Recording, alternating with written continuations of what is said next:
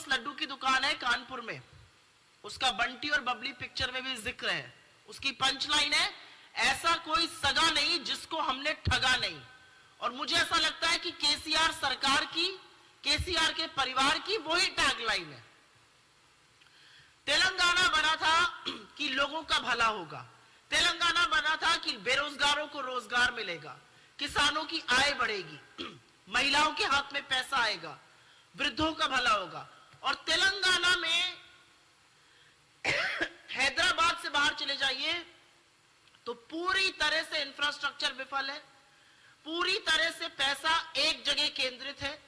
और यही तेलंगाना की असलियत आज बन के रह गई है। मैं अमूमन इल्जाम लगाने में यकीन नहीं करती हूं, हमें अपनी बात करनी चाहिए जो मैं अभी करूंगी।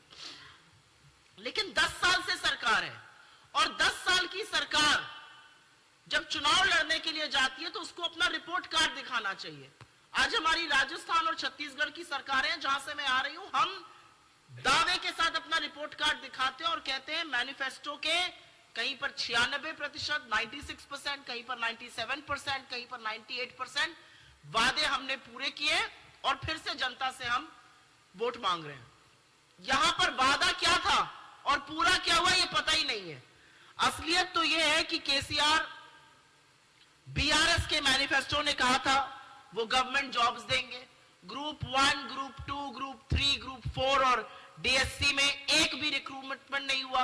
2014 से एक भी भर्ती नहीं हुई।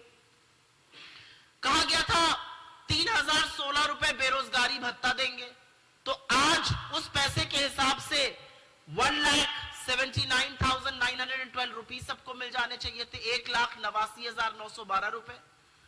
बात थी किसानों को मुफ्त में फर्टिलाइजर दिया जाएगा, 26 लाख किसान जो है, 26 लाख टन जो है वो 55 लाख फार्मर्स को देना था, किसानों को देना था, वो मुंह बाए खड़े। असलियत तो यह है कि 8,000 किसानों ने इनकी नाक के नीचे खुदकुशी की है। बात थी केजी से पीजी की शिक्षा मुफ्त करेंगे, क्यों नहीं मुफ्त करी? एक नया स्कूल सिवाय एक स्कूल के नहीं बनाया, वहां पर भी घोटाला हुआ।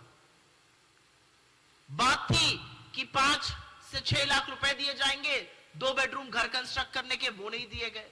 तो सवाल यह है कि आपने इतने बड़े बड़े जो वादे किए थे, जो इतने बड़े बड़े जुमले किए थे, उसमें आपने हासिल क्या किया? और कहीं ऐसा लगता है कि बिल्कुल जैसे भाजपा झूठ बोलती है वैसे ये भी झूठ बोलते हैं। वो दुगना करने वाले थे, ये भी कहते थे। 8,000 किसानों की शहादत हुई है, लोन माफ करने का, ऋण माफ करने का कोई काम नहीं हुआ। हमने बोला फ्री इलेक्ट्रिसिटी कितनी दी है उसका ब्यौरा दीजिए, तो इन्होंने लॉग बुक्स छिपा दी, कोई ब्यौरा नहीं दिया क्योंकि दिखाने के लिए नहीं था।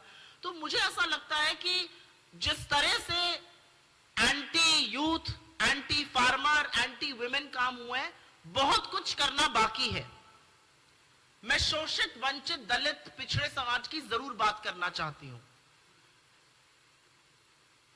54% पिछड़ा वर्ग है तेलंगाना में, मात्र 3 मंत्री हैं। यह प्रतिनिधित्व है। आपने 45% फंड एससी का, 48% फंड एसटी का, 25,000 करोड़ रुपए ओबीसी फंड के इधर उधर डाइवर्ट कर दिए। वो गबन हो गया, पता ही नहीं चला वो पैसा कहां गया। केसीआर तो बहुत ताल ठोक के कहते थे कि पहला चीफ मिनिस्टर दलित चीफ मिनिस्टर बनेगा, कुर्सी से ऐसा चिपके कि दलितों को ही भूल गए तेलंगाना के। तो मेरा अपना मानना यह है कि जो सरकारें बनती हैं वो लोगों के काम करने के लिए बनती हैं, लोगों की समृद्धि के लिए बनती हैं, लोगों के भले के लिए बनती है। लेकिन यहां पर सरकार सिर्फ और सिर्फ एक परिवार के लिए, बेटे के लिए और दामाद और लड़की के लिए चल रही है। असलियत यह है, यहां की सरकार ने सिर्फ अपनी तिजोरियां भरने का काम किया है।